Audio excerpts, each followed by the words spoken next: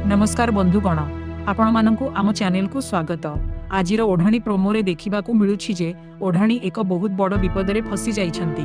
से निज जीवन बंचाइबा पई बारंबार चेष्टा करूछंती। सेही समय रे दुई जण व्यक्ति बाहरु सबु किछि नजर रखिथिबा परि लागुछि। एपटे मुह ढांकीथिबा जणे रहस्यमय व्यक्ति घर भितरकू प्रवेश करी ओढ़णीको उपरे आक्रमण करिबाकू चेष्टा करूछंती। तेबे एही व्यक्ति जनक किए, से काहींकि ओढ़णी को टार्गेट करिछंती ना एहा पछरे आउ कोनोसी बड़ षड्यंत्र। प्रोमोर शेष दृश्य देखि लागुछि जे आसंता एपिसोड रे एक बड़ ट्विस्ट देखिबाकू मिली पारे। तेबे प्रकृत रे कोन घटिबो ताहा जानिबा पई हमकु आसंता एपिसोड को अपेक्षा करिबाकू पड़िबो।